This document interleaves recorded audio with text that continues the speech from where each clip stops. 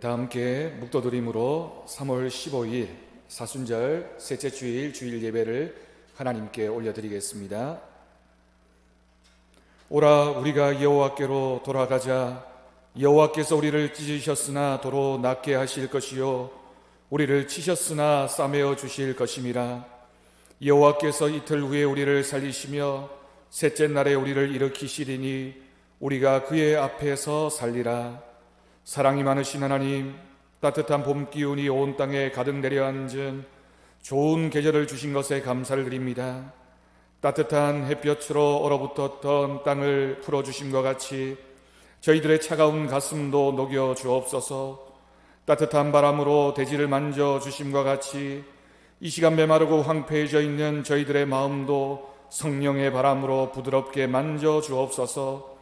이 예배를 통하여 냉담했던 우리의 마음이 새롭게 변화를 받아 순전한 믿음으로 하나님을 경배하게 하여 주옵소서. 사순절 기간을 보내고 있사오니 들려주시는 말씀을 통하여 우리의 마음에 십자가의 사랑이 더욱 깊이 새겨지기를 원하오며 예수님의 이름으로 기원하옵나이다. 아멘.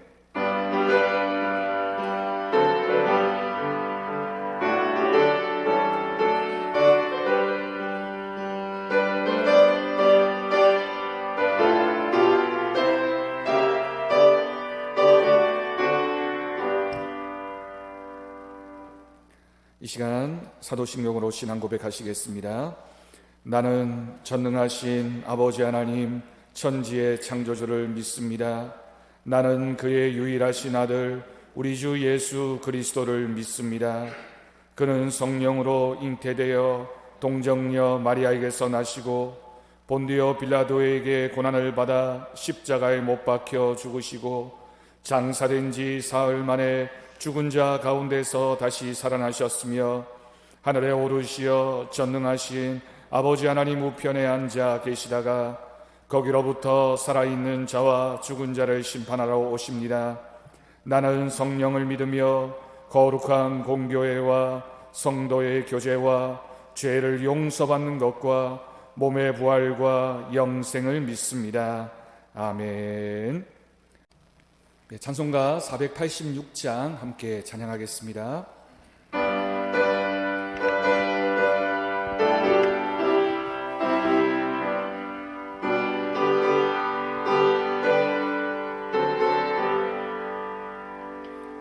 이 세상에 근심된 일이 많고 참 평안을 몰랐구나. 내 주 예수 날 오라 부르시니 곧 평안이 시리로다. 주 예수의 구원의 은혜보다 참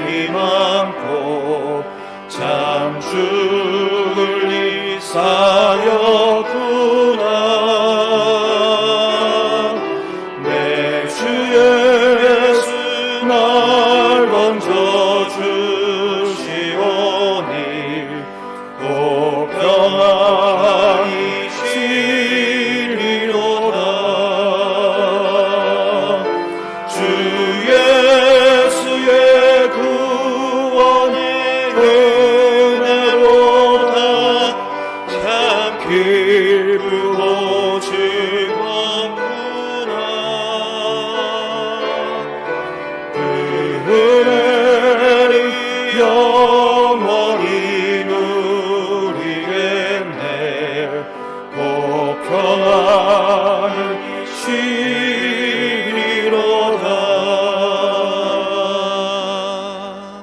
아멘. 네, 이 시간 정용 장로님 기도하시겠습니다.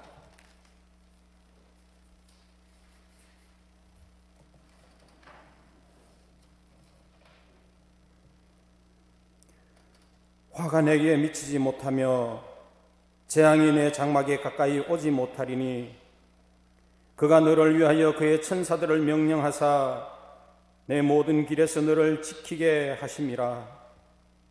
할렐루야. 시편 기자의 고백과 같이 우리의 피난처 되신 여호와 하나님께서 우리를 지키심으로 환난 가운데서도 안전하게 하심을 감사드립니다. 코로나19로 인하여 일상의 평안을 잃어버린 가운데에서도 세상이 줄 수 없는 평안을 주시겠다고 약속하신 주님을 바라보며 예배로 나아갑니다. 하나님 영광 받아 주옵소서. 지난 한 주간 각자의 삶을 돌아보며 하나님의 자녀답게 살지 못한 사소한 부분들까지도 생각나게 하사 회개하게 하시고 예배자로 서기에 부족함이 없는 우리 모두가 되게 하여 주옵소서. 코로나19로 인하여 한 번도 경험해보지 못한 상상조차 할 수 없었던 텅 빈 예배당에서 온라인 예배를 드리고 있습니다. 이러한 상황을 경험하면서 평소 예배당에 함께 모여 찬양하며 기도하며 말씀 듣고 교제를 나누었던 평범했던 일상들을 그리워하며 감사할 수 있는 마음들을 가질 수 있게 하심을 감사드립니다. 함께 모이지 못한 채 각자의 처소에서 각 가정에서 영상을 통해 예배드리지만 모두가 한 마음으로 정성을 모을 수 있게 하사 같은 은혜 내려주시기를 원하며 이번 기회를 통하여 각 가정마다 가정 예배를 회복할 수 있는 계기가 될 수 있도록 은혜 내려 주옵소서. 하루빨리 이 상황이 극복되고 안정되게 하사 주님께서 피로 값주시고 세우신 교회에 모여 택함받은 모든 성도들이 기쁨으로 예배드리며 마스크를 벗고 악수하며 교제하며 일상의 기쁨을 누릴 수 있도록 은혜 내려 주옵소서. 특별히 방역을 담당하며 최일선에서 수고하는 모든 이들에게 건강을 주시고 안전하게 지켜주시기를 원하며 모든 위정자들도 정쟁의 도구로 삼기보다 함께 지혜를 모으며 협력하여 어려운 상황을 하루빨리 극복할 수 있도록 은혜 내려 주옵소서. 또한 이번 코로나19 사태를 경험하면서 이단 신천지를 세상 밖으로 드러나게 하신 주님, 이 가운데도 하나님의 숨겨진 뜻이 있을 줄로 압니다. 이 일을 통하여 교회를 무너뜨리던 신천지의 세력들이 무너지게 하시고 교회와 가정을 떠났던 불쌍한 영혼들이 온전히 회복되어 돌아올 수 있는 은혜도 있게 하여 주옵소서. 지금은 사순절 기간을 보내고 있습니다. 모두가 각자의 자리에서 주님의 십자가를 묵상하며 회개의 기도와 절제와 경건의 생활을 통해 주님의 은혜에 감사하고 잃어버린 신앙을 회복할 수 있는 시간들이 될 수 있기를 간절히 소원합니다. 또한 사순절 기간을 통해 전교인 성경필사에 동참하고 있는 모든 성도들에게 하나님의 특별한 은혜가 임하시기를 원합니다. 필사 가운데 더 깊은 영적 교제가 있게 하시고 말씀의 비밀을 깨닫게 되는 은혜도 있게 하여 주옵소서. 사랑하는 주님, 혹이라도 다음 세대의 주인공이라 할 수 있는 교육부에 속한 우리의 자녀들이 주일 예배로 모이지 않음으로 인해 마음으로부터 예배의 자리가 멀어지지는 않을까 염려를 하게 됩니다. 아무것도 염려하지 말고 다만 모든 일에 기도와 간구로 너희 구할 것을 감사함으로 하나님께 아뢰라 하신 주님, 주님께서 어린 영혼들 한 생명 한 생명을 불쌍히 여기시고 저들에게 예배를 사모하며 말씀을 사모하는 아름다운 마음을 품게 하셔서 저들의 신앙이 반듯하게 자라날 수 있도록 은혜 내려 주옵소서. 이 시간 각자 다른 시 공간에서 예배에 참여하지만 마음과 뜻을 다하여 간절한 마음으로 하나님의 은혜를 사모하는 모두가 되게 하여 주시고 하나님께서 주시는 복으로 풍성하게 채워지는 은혜의 시간 되게 하여 주옵소서. 세우신 목사님을 통하여 하나님의 말씀을 들을 때에 우리의 마음의 문을 열게 하시고 집중하게 하시며 말씀이 선포될 때에 우리를 향하신 하나님의 간절한 음성으로 듣게 하셔서 새로운 결단을 통해 성화의 삶을 살아갈 수 있는 모두가 될 수 있기를 원하오며 이 모든 소원의 말씀을 환난 가운데 피난처 되시는 예수 그리스도 이름으로 간절히 기도드립니다. 아멘.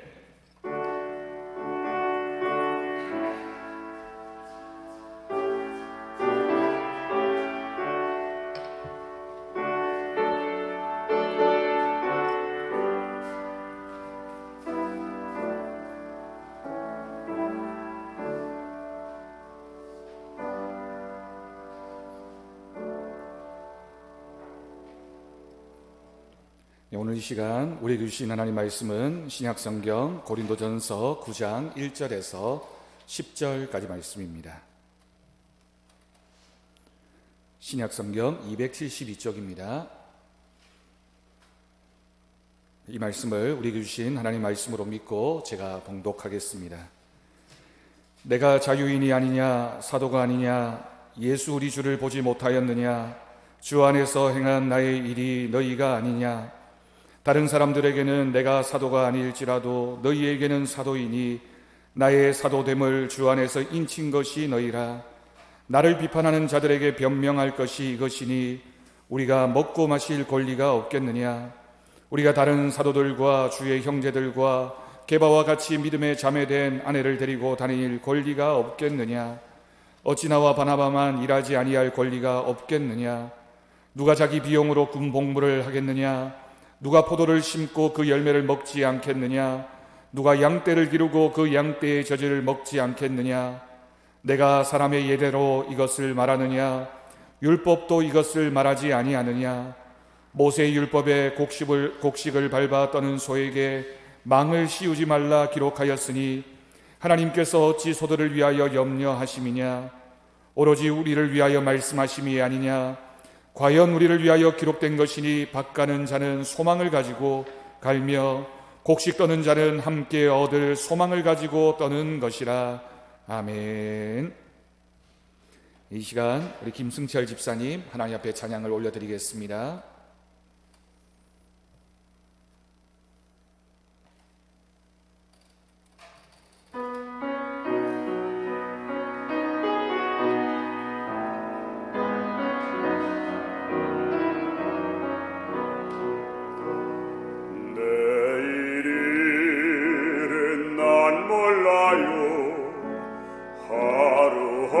하루하루 살아요. 불행이 나 여행함도 내 뜻대로 못해요.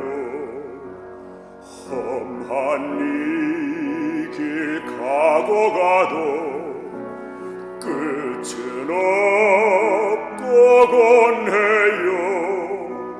주님 예수 팔레미사 내 손 잡아주소서. 내일은 난 몰라요. 장래일도 몰라요. 아버지여 날 붙드사 평탄한 길 주옵소서.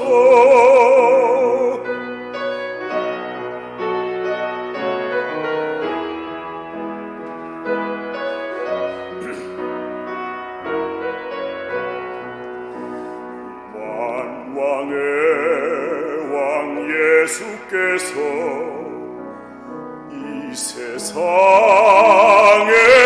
오셔서 만 백성을 구속하니 참 구주가 되시네. 순교자의 본을 받아 나의 믿음 지키고 순교자의 신앙 따라 이 복음을 전하세. 불과 같은 성령이여 내 맘에 항상 계셔. 천국 가는 그날까지 주여 지켜 주옵소서. 불과 같은 성령이여 내 맘에 항상 계셔. 천국 가는 그날까지 주여 지켜 주옵소서. 천국 가는 그날까지 주여 지켜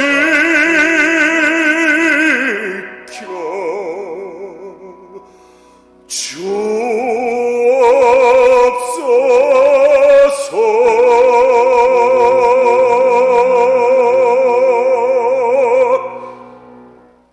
아멘. 은혜로운 찬양 하나님께서 기뻐 받으실 줄로 믿습니다. 할렐루야. 네, 지난 한 주간 하나님 은혜 가운데 우리 사랑하는 성도들 잘 지내셨는지, 이렇게 하나님 앞에서 우리들의 믿음을 다시 돌아보는 예배를 드리며 하나님의 은혜가 우리의 심령 가운데 넘쳐나기를 간절히 바랍니다. 한 주간을 보내면서 대구에서도 또 우리나라 전체적으로도 코로나19 확진자 증가세가 감사하는 소식에 반가운 마음으로 또 감사의 마음으로 뉴스를 지켜보았습니다. 하지만 아직은 많은 것이 엄중한 상황입니다. 우리 모든 성도님들 개인 건강에 꼭 유념하시고 기도하는 마음으로 이 사순절을 우리가 함께 보낼 수 있기를 바랍니다. 코로나19 사태를 지나면서 교회가 이 사회에서 참 중요한 역할을 감당하고 있음을 다시 한번 확인하게 됩니다. 특별히 교회가 이 땅에 존재하기에 교회에게는 주어진 책임이 있다라는 사실도 우리가 고백할 수밖에 없습니다. 요한복음 8장 12절 말씀을 보면 나는 세상의 빛이라고 우리 주님이 말씀하셨습니다.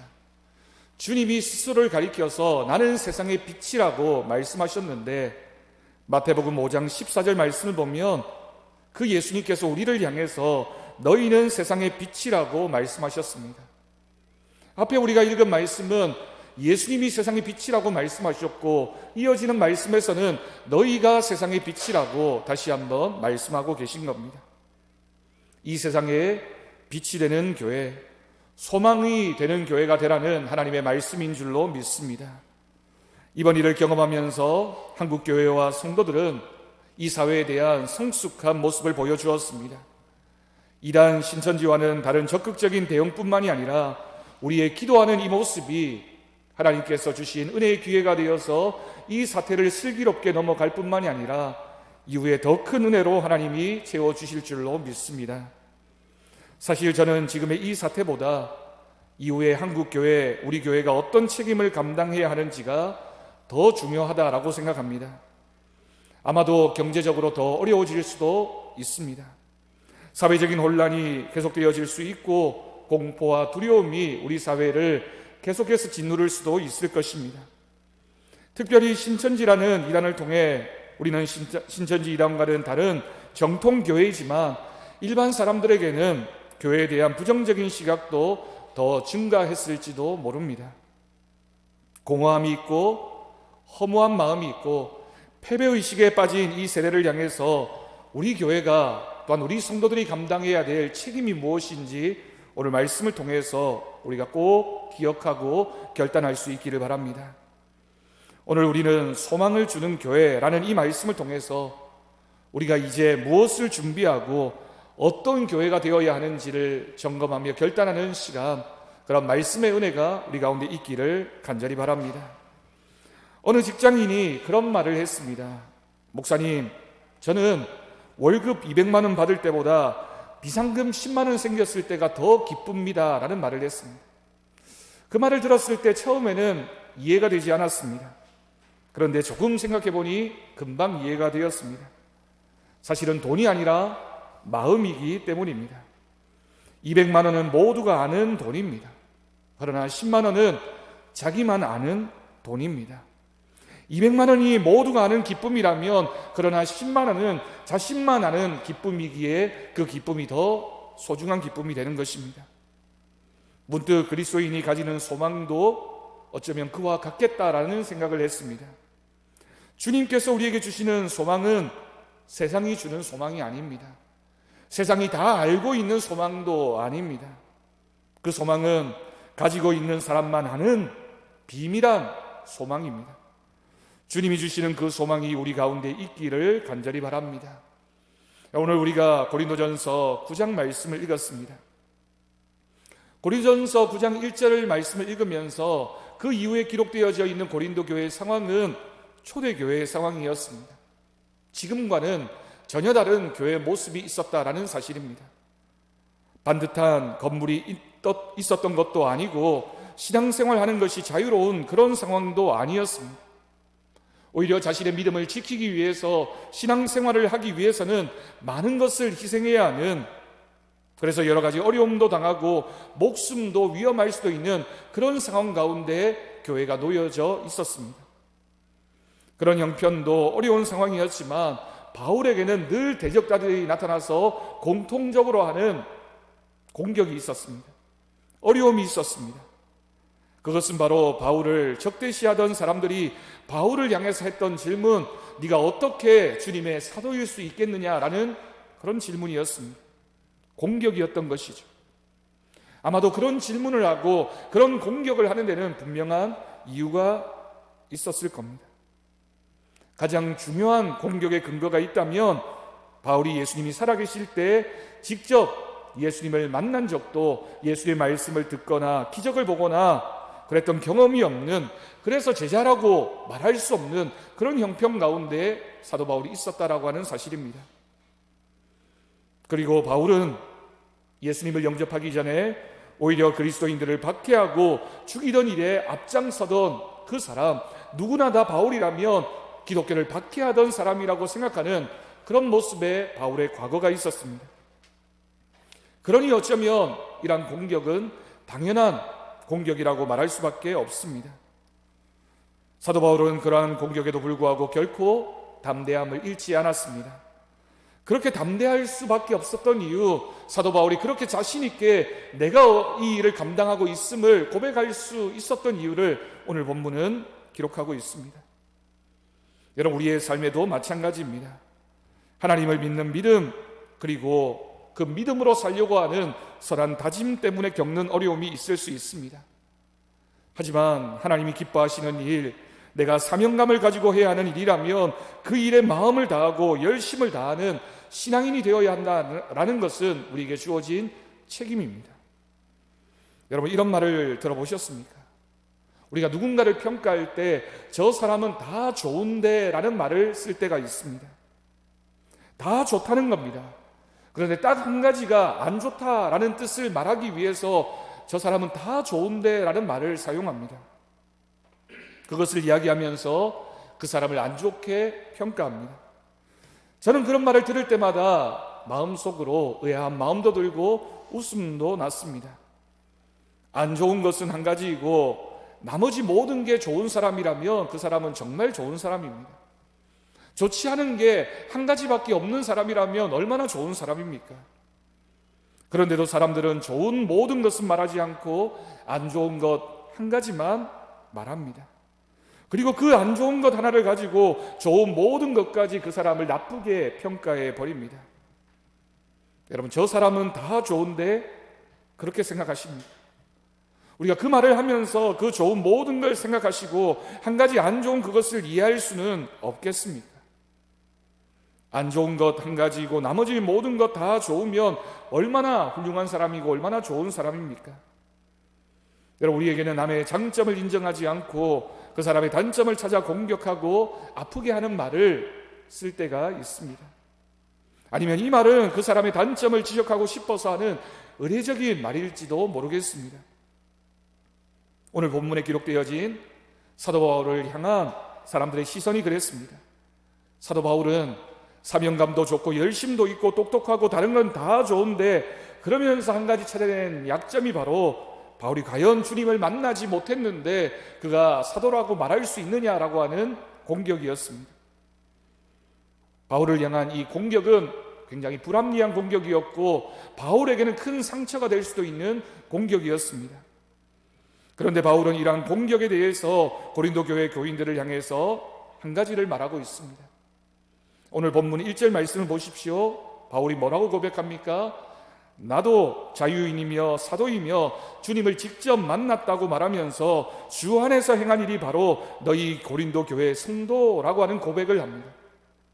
여러분, 1절 말씀의 뒷부분에 기록되어져 있는 주 안에서 행한 일이 바로 너희 고린도 교회 성도들이다라는 이 말에 여러분 집중해서 보십시오. 본문 2절 말씀도 마찬가지입니다. 다른 사람에게는 내가 사도로 인정받지 못했다 할지라도 너희에게 많은 사도이며 나의 사도됨을 주 안에서 인정하는 것이 바로 너희들이다, 고린도 교회의 성도들이다 라고 말하고 있습니다. 이어지는 3절 이하의 모든 말씀들도 바로 그러한 말씀입니다. 자신을 공격하고 비판하고 있는 사람들에게 내가 주님께 받은 사명을 위해서 모든 노력을 다하고 있으며 나의 모든 열정으로 주님의 일을 하고 있다라고 하는 겁니다. 여러분, 이 사실만큼은 누구도 부정할 수 없는, 인정할 수밖에 없는 사실이었습니다. 바울만큼 복음을 전하기 위해 열심히 있었던 인물이 누가 있습니까? 자신에게 주어진 모든 것을 다해 충성한 사람이 누가 있겠습니까? 목숨을 아깝다 여기지 않고 충성하고 또 충성했던 사람이 바로 바울입니다. 그래서 바울이 그런 담대한 믿음의 고백을 하고 있습니다. 오늘 본문에서 자신을 공격하는 사람들을 향해서 사도 바울은 자신의 사도됨을 주장하며 말하고 있는 바울의 자랑이 기록되어져 있습니다. 이 바울의 자랑을 우리가 살펴봄으로써 우리도 소망을 가진 사람이 되려면, 주님 안에서 우리의 믿음의 담대함을 가지려면 어떤 자세를 가져야 하는지 말씀을 통해 확인할 수 있기를 바랍니다. 첫 번째, 목회자인 바울에게 유일한 자랑은 바로 고린도 교회였으며 교회 성도들이었다라고 하는 바울의 고백입니다. 여러분, 사역을 하는 사람에게는 교회와 성도가 바로 자랑입니다. 그런 믿음으로 바울은 아무리 다른 누군가가 나를 공격한다 할지라도 나의 사역의 결과인 고린도 교회가 있기 때문에 나는 하나님의 일꾼일 수밖에 없다라고 하는 믿음의 자랑을 하고 있습니다. 저에게도 우리 교회와 우리 성도들이 자랑입니다. 그런데 저만 그런 것이 아니라 여러분, 우리 모두는 하나님의 일꾼이며 직분자들입니다.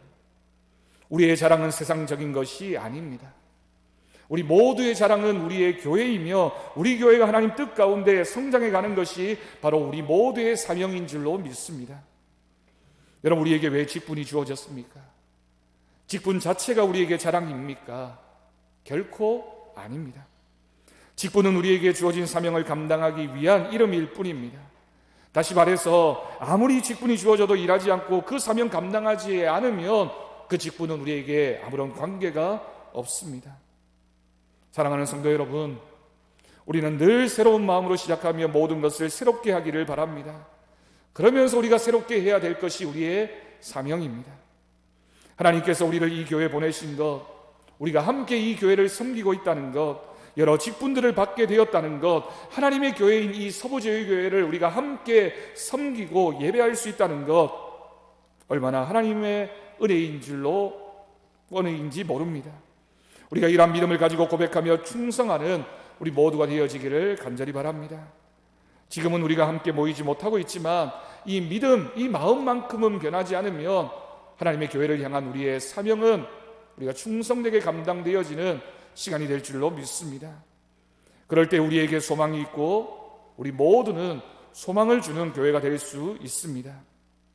두 번째로 사도 바울을 세우고 함께 동력한 사람이 바로 고린도 교회의 성도들이었습니다. 바울에게는 어떠한 공격에도 자신과 함께하며 자신을 인정하고 변명해 줄 고린도 교회 성도들이 있었습니다. 자신이 섬기는 교회 성도들이 나를 하나님의 사도로 인정하고 세웠기 때문에 나는 나에게 주어진 사명을 감당할 수 있다라는 믿음의 자신감을 가지고 이렇게 고백하고 있는 것입니다. 여러분, 교회는 바로 이런 교회여야 합니다. 우리 교회는 하나입니다. 교회도 하나이고 성도도 하나이고 마음도 하나이며, 그래서 서로 사랑하고 인정하고 세워주는 믿음의 공동체가 바로 교회여야 합니다. 교회 밖의 사람들은 우리를 향해 비난할 수도, 대단치 않다고 깎아내릴 수도 있습니다. 하지만 우리는 우리여야 하며, 우리 교회, 우리 목사님, 우리 장로님, 우리 권사님, 우리 집사님, 우리 성도님이라는 말이 우리의 믿음의 고백으로 나타나야 됩니다. 물론 하나님께서 직분자와 사역자를 세우십니다. 하지만 그 직분자가 지치지 않고 힘들어하지 않고 주어진 사명을 감당하게 하는 것은 바로 함께하는 동력자들, 함께하는 성도들입니다. 내가 부족해도, 내가 힘들어도 나와 함께하는 내 동력자가 나를 믿어주고 세워준다면 얼마든지 그 사명을 감당할 수 있습니다. 여러분, 우리 모두는 인간적인 눈으로는 부족해 보일 수 있습니다. 아니, 솔직하게 말한다면 우리는 부족한 사람들입니다. 저 자신도 얼마나 부족하고 연약한지 모릅니다. 누구나 다 그렇습니다. 우리는 그래서 누구나 다 죄인이며 부족한 사람인 줄 믿고 그런 신앙의 고백을 가지고 이 자리에 나아갑니다. 우리가 서로의 부족함을 알고 또 이해하고 인정한다면 하나님 안에서만큼은 그것만으로 충분합니다. 사랑하는 성도 여러분, 우리는 누구나 다 인정받고 싶고 사랑받고 싶습니다. 누구나 다 그렇습니다. 아무리 힘들고 어려워도 누군가 나를 인정해주고 세워주고 격려하고 칭찬해주면 그것 때문에 우리는 사명을 감당할 수 있고, 그것 때문에 우리에게 주어진 그 아픔과 고난의 시간들을 이겨나갈 수 있게 됩니다. 여러분, 가족 안에서도 마찬가지이지 않습니까? 자녀들이 부모를 인정해주고 부모님을 사랑하고 부모님을 존경하면 그 부모님들은 사랑하는 자녀들을 위해서 모든 것을 희생하고 헌신할 수 있습니다. 여러분, 요즘 우리가 함께 모이지 못할 때 얼마나 서로가 보고 싶습니까? 저도 여러분이 얼마나 보고 싶은지 모릅니다. 여러분들도 동일한 마음인 줄로 믿습니다. 함께 서부제일교회를 섬기는 우리 모두가 서로에게 이런 사랑의 마음, 인정하는 마음, 세워주는 마음을 아끼지 않을 때 우리는 우리 교회가 되어지고 우리 성도들이 되어지는 은혜가 있을 줄로 믿습니다. 이 기간 동안 더 열심히 사랑하고 더 열심히 서로를 위해서 기도하는 믿음의 공동체가 되어지기를 간절히 바랍니다. 세 번째로 본문 10절 말씀을 보십시오. 우리는 모두 밭을 가는 사람들이며 곡식을 떠는 사람들입니다. 그런데 그렇게 충성하는 우리 모두를 향해서 바울은 소망을 가져야 한다라고 말하고 있습니다. 여러분, 소망이 있기 때문에 우리는 일꾼의 역할을 감당할 수 있습니다. 밭을 가는 것이 힘든 일이고 곡식을 떠는 일이 참 어려운 일이지만, 그러나 우리가 그 일을 할 수 있는 것은 우리에게 소망이 있기 때문입니다. 일을 하다 보면 실패하고 낙심할 수 있습니다. 어려움을 겪을 때도 있습니다. 하지만 주님이 주시는 소망이 있는 사람은 어려움 가운데서도 얼마든지 이겨낼 수 있는 소망의 사람입니다. 목사님이 중병에 걸린 교인에게 신방을 갔습니다. 그 부인이 목사님에게 물었습니다. 목사님, 성경에는 많은 병자들이 주님 때문에 나았는데 지금 또 낫는 역사가 있을까요? 목사님이 대답했습니다. 그럼요. 우리가 함께 기도합시다. 그러자 그 부인이 염려스러운 표정으로 다시 물었습니다. 기도한다고 다 되는 것 아니잖아요. 신방을 마치고 오는데 같이 간 권사님이 목사님에게 또 물었습니다. 목사님, 기도해도 응답이 없는 건 기적의 시대가 다 지나간 것 아닐까요? 그러자 목사님이 이런 대답을 하셨습니다. 기적의 시대가 지나간 것이 아니라 기도의 시대가 지나간 것 아닐까요? 라는 답을 하셨습니다. 여러분, 이 짧은 이야기를 저도 함께 읽으면서 정말 그렇구나, 이 시대가 기적이 없는 시대가 아니라 기적을 일으킬 만한 기도가 부족한 시대구나, 기도가 없는 시대구나라는 그런 생각을 했습니다. 여러분, 이 시대는 기도하지 않는 시대인지 모릅니다. 기도를 해도 믿지 않는 시대인지도 모릅니다. 여러분, 우리가 왜 기도가 부족합니까? 기도를 하지 않습니까? 기도하지 않는다는 것은 소망을 품지 않는다는 것이며 하나님이 하실 일을 기대하지 않는다는 것과 같습니다. 우리가 가진 상식과 논리와 경험이 기도의 자리에 들어와서는 기도는 우리에게서 벌써 쫓겨나 버리고 기도의 자리를 그런 일반적인 생각들이 차지하고 있는 것 아닌지 모르겠습니다. 여러분, 오늘 말씀의 제목이 소망을 주는 교회입니다. 이 시대는 소망이 없다라고 말하는데 우리 교회가 정말 소망을 주는 교회가 되려면 오늘 말씀이 뭐라고 얘기합니까? 우리 교회가 하나님이 기뻐하시는 교회가 되려면 사도 바울이 하나님 안에서 품었던 그 비전과 그 소망이 우리 가운데 있어야 할 것입니다. 우리가 소망을 먼저 품지 않으면 우리에게서 무슨 선한 것이 나갈 수 있겠습니까? 세상 사람들은 힘들다고 하고 어렵다고 얘기하고 희망이 없다라고 얘기할 때 우리는 말씀 안에서, 믿음 안에서 소망을 말하고 복음을 말하는 우리에게 주어진 책임이 있는 줄로 믿습니다. 여러분, 우리에게는 하나님이 주신 꿈이 있습니다. 목적이 있습니다. 그것이 바로 우리가 가져야 할 소망입니다. 우리가 품어야 할 소망이 무엇입니까? 예수 그리스도입니다. 먼저 복음을 우리 안에 가져야 됩니다. 복음이 우리 가운데 있을 때, 우리 교회가 복음 가운데 있을 때 우리 교회 가운데 하나님이 주시는 소망이 있을 줄로 믿습니다. 어떤 교회가 복음을 품는 교회입니까? 가장 기본적인 것이 주님 안에서 은혜로운 교회가 소망을 품는 교회입니다. 우리 안에 사랑이 있고 우리 안에 은혜가 있는 교회가 되어질 때 그 교회가 세상을 향해서 소망을 말할 수 있습니다. 예배와 기도와 찬양과 말씀, 그리고 전도와 친교와 교육이 기본을 잘 갖춘 교회가 바로 은혜로운 교회이며 그런 교회가 세상을 향해서 소망을 말할 수 있는 교회입니다. 우리 교회가 품은 소망이 바로 이러한 소망이 되기를 바랍니다. 여러분, 우리 교회 홈페이지에 들어가 보면 우리 교회를 소개하면서 우리 교회는 이런 7가지가 있는 교회이고 이런 7가지가 있어야 되는 교회라고 제가 소개를 했습니다. 그럼 시간을 내셔서 꼭 홈페이지에 그 7가지 교회의 모습들을 한번 읽어보시기를 바랍니다. 간단하게 소개합니다. 첫 번째가 예배가 은혜로운 교회입니다. 우리 교회가 이 시대에 소망을 주려면 우리 교회는 예배를 통해서 하나님을 만나게 되고 우리의 사명을 확인하게 됩니다. 공동체의 예배가 삶의 예배로 이어질 수 있도록, 그래서 우리 교회는 예배가 정말 은혜롭게 드려지는 교회가 되어지기를 바랍니다. 두 번째는 사랑이 넘치는 교회입니다. 여러분, 교회가 세상과 구별되어지는 것 무엇이겠습니까? 세상이 가지지 못한 사랑이 우리 교회 가운데 있을 때 우리 교회는 하나님의 소망이 있는 교회입니다. 교회 성도들의 섬김과 헌신과 그리고 사랑의 모습으로 하나가 되어질 수 있습니다. 하나님 사랑 안에서 우리가 함께 사랑할 때 우리는 은혜의 공동체가 되어짐을 믿습니다. 세 번째로 다음 세대로 이어지는 교회여야 합니다. 여러분, 우리는 교회 학교와 청년부를 비롯한 다음 세대가 우리 교회의 미래이며 한국교회의 소망이라는 사실을 우리가 함께 고백합니다. 우리가 가진 복음의 은혜와 복음의 열정들이 다음 세대로 이어질 수 있도록 그 일에 최선을 다하는 우리 교회가 되어지기를 바랍니다. 네 번째로 열방을 품고 선교하는 교회입니다. 여러분, 복음의 씨앗은 반드시 뿌려지면 열매를 맺게 됩니다. 우리가 수고하면, 애쓰면 하나님께서는 반드시 열매로 갚아주실 것을 믿습니다.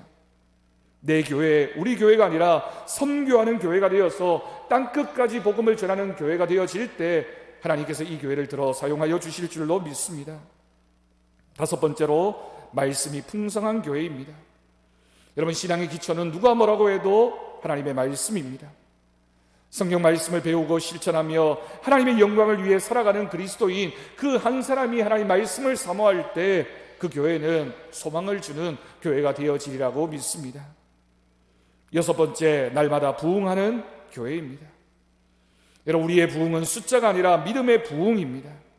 한 사람의 믿음을 살려내는 부흥, 이 지역을 살려내는 영적인 부흥, 그리고 우리 교회가 이 시대 가운데, 이 나라 가운데, 이 열방 가운데 감당해야 될 그 사명을 감당하는 부흥의 역사가 우리 교회 가운데 있기를 간절히 바랍니다.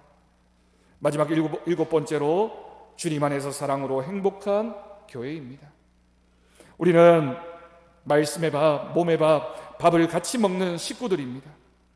만나면 늘 즐겁고 헤어지면 서로를 위해 기도하고 복음을 전하는 믿음의 공동체가 되어질 때 그 교회가 이 세상 가운데 소망을 주는 교회가 되어질 수 있습니다. 이제 우리는 어려운 때를 지나 새로운 소망으로 우뚝 서기를 원합니다. 2020년을 시작하고 창립 50주년을 맞이한 우리는 새해를 시작하면서 많은 소망과 하나님이 주신 꿈을 고백했습니다. 코로나19 사태로 인해서 혹시 우리가 이런 소망과 꿈을 잠시 내려놓고 있었다면 이제 다시 그 소망을 이야기하고 다시 꿈을 꾸는 때가 되었습니다. 낙심하고 소망을 잃은 이 시대 가운데, 이 대구 땅과 이 지역과 이 나라 가운데 우리가 먼저 주님의 소망을 품는 그런 교회와 성도들이 되어질 때 하나님께서 이 교회를 통하여 이 땅 가운데 진정한 소망을 허락해 주실 줄로 믿습니다. 여러분, 우리는 이제 과거를 말하지 말고 오늘을 사는 성도와 교회가 되어지기를 바랍니다. 우리가 지금 이 자리에서 무엇을 해야 하는 교회인지를, 무엇을 해야 하는 성도인지를 우리가 알고 믿음으로 섬기고 헌신하면 주님께서는 더 큰 은혜를 주실 줄로 믿습니다. 우리가 소망을 품고 세상을 향해 달려가야 됩니다. 그럴 때에 하나님께서 우리 사랑하는 서부제일교회와 우리 사랑하는 성도들을 통하여 하나님이 주시는 큰 소망이 전해지는 하나님의 크신 역사가 있게 될 것을 믿습니다. 이번 한 주간도 그런 믿음과 소망을 가지고 주님 앞에 나아가는 저와 여러분의 삶이 되어지기를 간절히 주님의 이름으로 축원합니다. 아멘. 기도하겠습니다. 하나님 아버지, 감사합니다. 오늘도 주님의 말씀 기억하며 주님의 우리를 부르심에 순종하여 예배 자리에 나왔습니다. 하나님, 우리가 이 어려운 시대, 어려운 형편 가운데 처해 있지만 말씀을 통해서 하나님이 우리가 무엇을 하기를 원하시는지 그 음성에 응답하게 하여 주옵소서. 어려운 때에, 어려운 시절 가운데, 소망이 없는 시대 가운데 우리가 부름을 받았습니다. 하나님, 우리 성도들이, 우리 교회가 소망을 주는 교회와 성도들 되게 하여 주옵소서. 이 대구 땅과 이 나라와 열방 가운데 정말 주님의 소망이 풍성하게 넘쳐날 수 있도록 기도와 예배와 섬김과 사랑으로 하나 되어지는 믿음의 공동체가 되게 하여 주옵소서. 우리 교회가 주님의 사랑받는 교회가 되게 하시며 주님의 사랑을 전하는 교회 되게 하여 주옵소서. 세상에 빛이 되는 교회가 되게 하시며 세상의 소금이 되어지는 사명 감당하는 교회 되게 주님께서 은혜 더하여 주옵소서. 하나님, 이번 한 주간도 주님 말씀 따라 살게 하시며 주님의 은혜가 풍성한 우리들의 삶과 우리들의 가정되게 주님 역사하여 주옵소서. 감사드리옵고 예수님의 이름으로 기도드립니다. 아멘. 광고 말씀 전해 드리도록 하겠습니다. 우리가 사순절 기간을 보내고 있습니다. 40일간 기도와 경건의 시간으로 우리가 사순절을 보낼 수 있기를 바랍니다. 여러분들에게 나눠드린 사순절 신앙생활 점검표를 따라서 경건생활에 힘쓰시기를 바랍니다. 우리가 예정하고 있었던 입교 세례 신청 및 예식을 추후 연기하고 이후의 일정들을 안내해 드리도록 하겠습니다.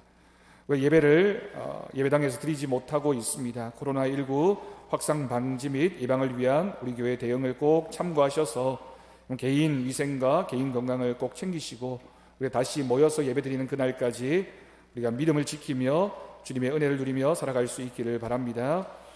사순절 기간 동안 우리가 정교인 성경 필사를 진행하고 있습니다. 마음과 정성으로 필사에 참여하실 수 있기를 바랍니다. 헌금 안내드립니다. 여러분, 헌금은 개인적으로 잘 보관하신 후에 교회 오실 때 헌금해 주시면 되겠습니다. 또 온라인으로 헌금을 받고 있습니다. 온라인으로 계좌이체를 통해서 헌금을 원하시는 경우에는 교회 계좌를 이용하시면 되겠습니다. 나눠드린 순서지와 광고를 참조하셔서 정해진 계좌로 입금해 주시면 헌금을 하나님 앞에 드리는 방법이 되겠습니다. 교우 소식, 기도 제목 2가지 꼭 기억하시고 코로나19 사태로 인해서 수고하는 의료인들과 공무원들을 위해서 기도해 주시기를 바랍니다. 그리고 어서속히 어려운 상황들이 극복되어지고 안정되어질 수 있도록 기도하는 이번 한 주간이 되어지기를 바랍니다. 이후에 있는 모든 상황과 또 형편들을 살펴서 당회에서 의논하고 예배를 잘 준비해서 알려드리도록 하겠습니다. 계속해서 기도해 주시기를 바랍니다. 축도로 예배를 마치겠습니다.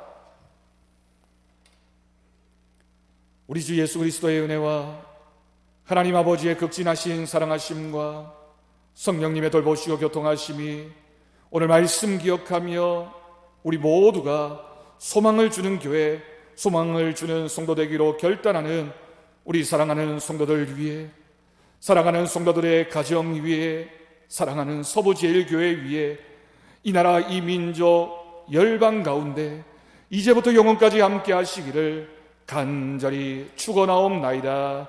아멘.